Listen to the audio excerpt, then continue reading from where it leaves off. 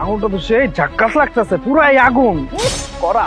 আপনার ঘরে কি মা বোন নাই? আমার মা আছে, বোন আছে, সব আছে, কিন্তু তোমার মতো এরকম ড্যাশিং সেক্সি এরকম জিনিস আমার ঘরে নাই। ভাই আপনি যা করার করেন, আর আমি একে দেখতাছি। দেখ আচ্ছা আমার মাকে ছাড়, ছাড় আমার মাকে। এখানে কি হচ্ছে কি? যা তুই তোর কাজ কর, যা।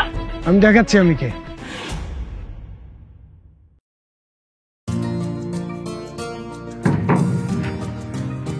আসসালামু আলাইকুম ওয়া রাহমাতুল্লাহ। আম্মা। ওয়ালাইকুম আসসালাম। বাবা তুই চলে আসছিস? আম্মা, মসজিদ কমিটি ইমামদেরকে ছুটি দিতে চায় না। আমি খুব কষ্টে 3 দিনের ছুটি নিয়ে আসছি।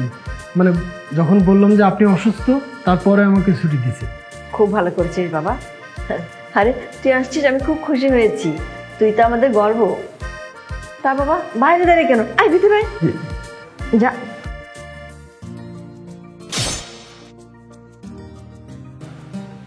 আরে আয় না।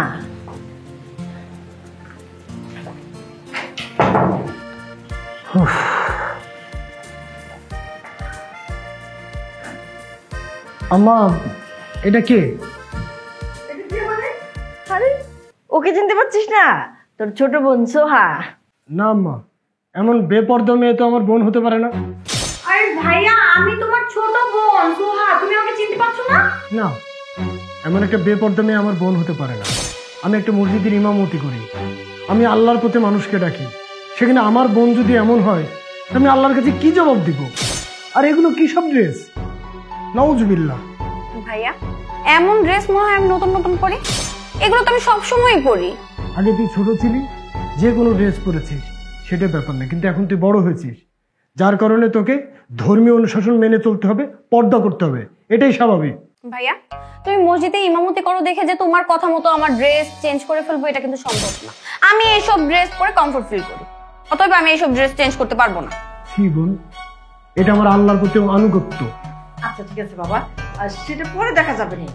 আয় ঘরে চল, আমি তোকে খাবার দিচ্ছি। ভাইয়া, ইমামতি করে একদম নিজেকে অনেক বড় পণ্ডিত মনে করো, তাই না? হ্যাঁ, সুযোগ পেলেই ফটো দাও, শুরু করে দাও। শোনো, তোমাকে একটা কথা বলি, আমি না একজন বড় টিকটকার হয়ে তোমাকে দেখাবো। আমার লাখ লাখ ফ্যান ফলোয়ার হবে, তখন না অবাক হয়ে তাকিয়ে থাকবে তুমি। আম্মা, আমি আর এখানে দাঁড়াতে পারছি না, আমি রুমে গেলাম। নাউজুবিল্লাহ মিন যালিক, নাউজুবিল্লাহ। হে আল্লাহ, আমিন।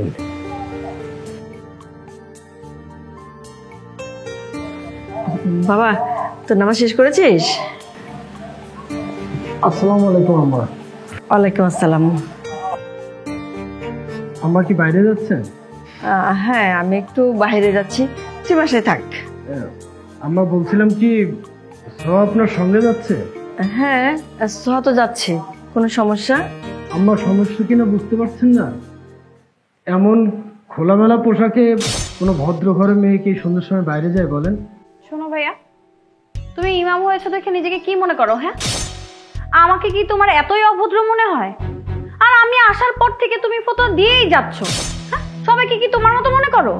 না, আমি সবাইকে আমার মতো ভাবি না, কিন্তু আমার পরিবারের সদস্য তারা যদি পর্দা না করে, আল্লাহর হুকুম না মানে, ইসলাম মতো না চলাফেরা করে, তাহলে আমি আল্লাহর কাছে কি জবাব দেব?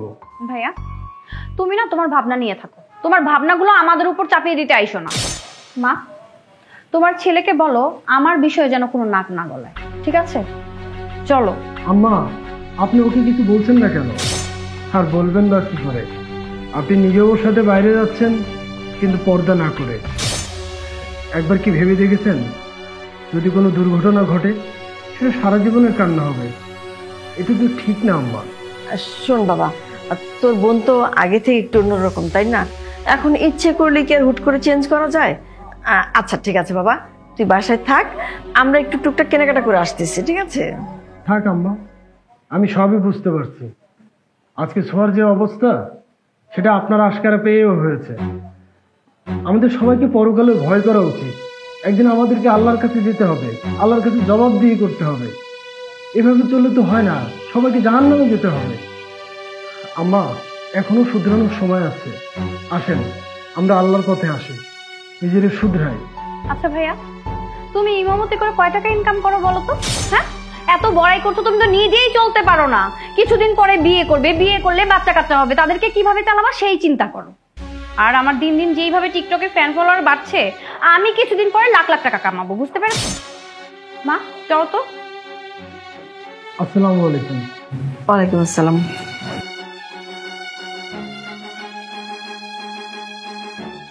মা, এবার কিন্তু আমাকে অনেক কিছু কিনে দিতে হবে। আমি যা পছন্দ করে রেখেছি সব কিনে দিবা। কোনো চিন্তা করিস না, সব ঠিক। আগুনটা তো সেই ঝাক্কাস লাগতেছে, পুরাই আগুন করা। এক্সকিউজ মি, আপনি এসব কি বলছেন? হ্যাঁ, আপনার ঘরে কি মা বোন নাই? আছে তো, মাও আছে, বোন আছে। কিরে, আছে না? দেখছো, আমার ছোট ভাই কইতেছে আছে। শোনো, আমার মা আছে, বোন আছে, সব আছে, কিন্তু তোমার মতো এরকম ড্যাশিং সেক্সি এরকম জিনিস আমার ঘরে নাই। মনে হইতেছে আসমান থেকে একটা পরিণাম মাইছে, সেক্সি লাগতেছে পুরা। মনে আন্টি, আপনার যত টাকা পয়সা লাগে আমি দিমু। কিরে, দিমু না? হ ভাই। আমি আবার এক কথার মানুষ, আপনার টাকা পয়সার কোনো অভাব হইব না। আপনার এই মায়ারে আমার লগে এক রাতের লাগে দিয়া দেন, টাকা পয়সা আপনার দিয়া দেবো। দেখো বাবা, তোমরা আমার মেয়েটার সাথে এমন করো না, আমাদেরকে যেতে দাও। ভাই, আপনি যা করার করেন, আর আমি ওকে দেখতাছি। দেখ, আরে এই আচ্ছা, এই আমার মাকে ছাড়, এই ছাড় আমার মাকে। এই তুমি আমার কাছে আছো। আরে তোমার মা, সমস্যা নাই। ছাড়তে বলছি। এখানে কি হচ্ছে কি? হাই, তুই এখানে কি করছিস? যা, তুই তোর কাজ কর, যা। আমি কে? আমি দেখাচ্ছি আমি কে। পুলিশ ডাকি, তারপরে বুঝতে পারবা।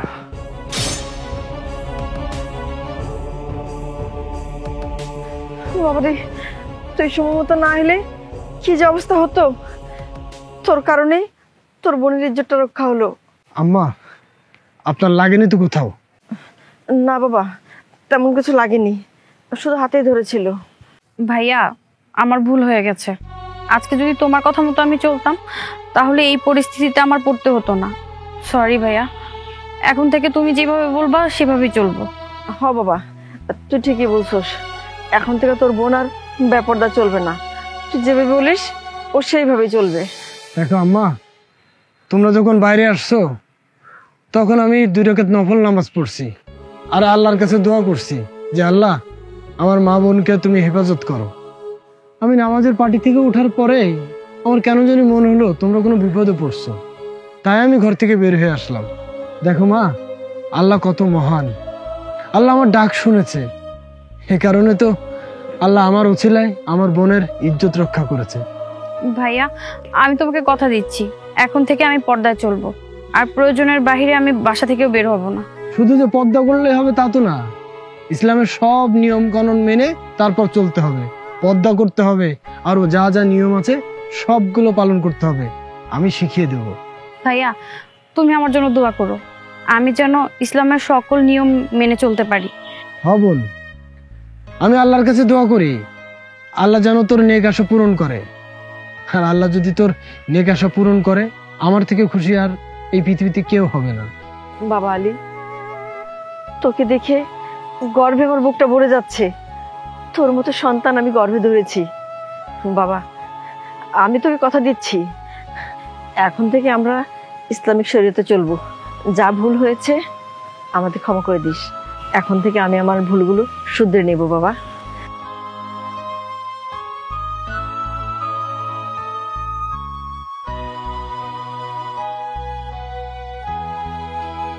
চলো। বন্ধুরা, আমাদের ভিডিওটি কেমন লেগেছে অবশ্যই কমেন্টে জানাবেন, আর ভিডিওটা লাইক, কমেন্টস এবং শেয়ার করে দিবেন। আর নিত্য নতুন ভিডিও পেতে আমাদের পেজটা অবশ্যই ফলো করে দিবেন।